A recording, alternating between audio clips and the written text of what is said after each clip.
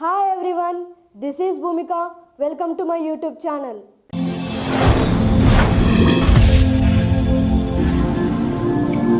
Hi పిల్లలు, ఈరోజు నేను మీకు ఇంకో మంచి కథను తీసుకొచ్చాను.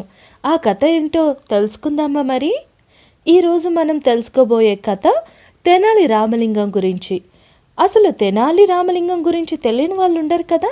మరి అలాంటి తెనాలి రామలింగం ఎవరు, ఆయనకి వికట కవి అని బిరుదు ఎలా వచ్చింది, ఆయన జీవిత చరిత్ర ఏంటో మనం ఇప్పుడు తెలుసుకుందాం. తెనాలి రామలింగం పేరు తెలియని పిల్లలే ఉండరు. అతనికి ఆ పేరు ఎలా వచ్చిందనుకున్నారు? తెనాలిలో పుట్టాడు కనుక తెనాలి రామలింగం అయ్యాడు. ఆ రోజుల్లో తెనాలి చిన్న ఊరు. చిన్నప్పటి నుంచి రామలింగం వట్టి చిలిపివాడు. ప్రతి వాళ్ళకి పేర్లు పెట్టేవాడు. అతనికి నుదురు బెదురు ఏ కోసన ఉండేది కాదు. తనకు నచ్చని దాన్ని వెక్కిరించడంలో మొనగాడు. ఒక రోజున రామలింగం వీధిలో ఆడుకుంటూ ఉన్నాడు. ఒక యోగి ఆ దారిన పోతూ అతన్ని చూశాడు. రామలింగం రూపురేఖల్లోనూ అతని మాటల్లోనూ యోగికి తెలివితేటలు కనిపించాయి. వెంటనే ఆయన రామలింగాన్ని దగ్గరకు పిలిచి శక్తి మంత్రం ఉపదేశించి ఇలా చెప్పాడు. నాయనా, ఈ మంత్రం 1000 సార్లు కాళికాదేవి గుడిలో జపిస్తే దేవి నీకు ప్రత్యక్షమవుతుంది. 1000 తలలతో కనిపిస్తుంది. నీవు భయపడకూడదు. అప్పుడు దేవి మెచ్చి నీవు కోరుకున్న వరం ఇస్తుంది అని చెప్పి యోగి వెళ్ళిపోయాడు.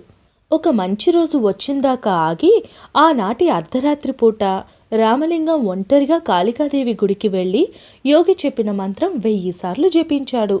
కాళికాదేవి వెంటనే 1000 తలలతో ప్రత్యక్షమైంది. రామలింగం భయపడలేదు.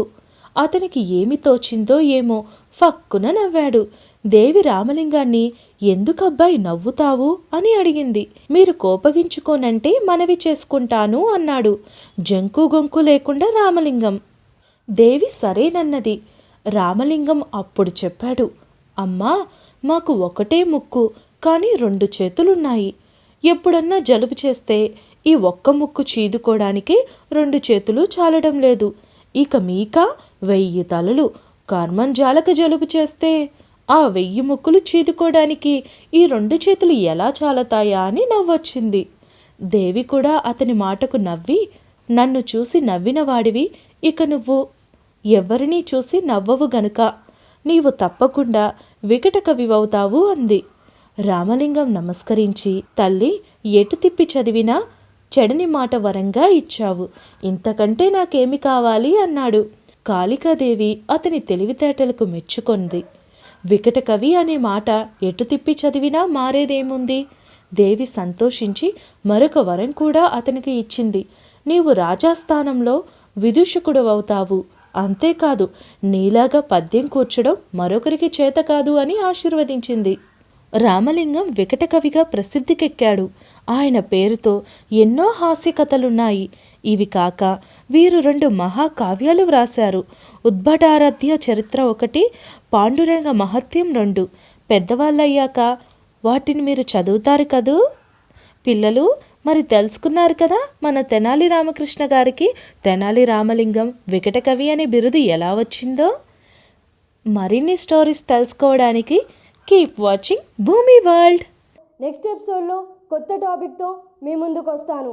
మీకు ఈ వీడియో నచ్చితే లైక్ చేయండి, షేర్ చేయండి, కామెంట్ చేయండి. And please subscribe my YouTube channel. Don't miss it. Bye friends.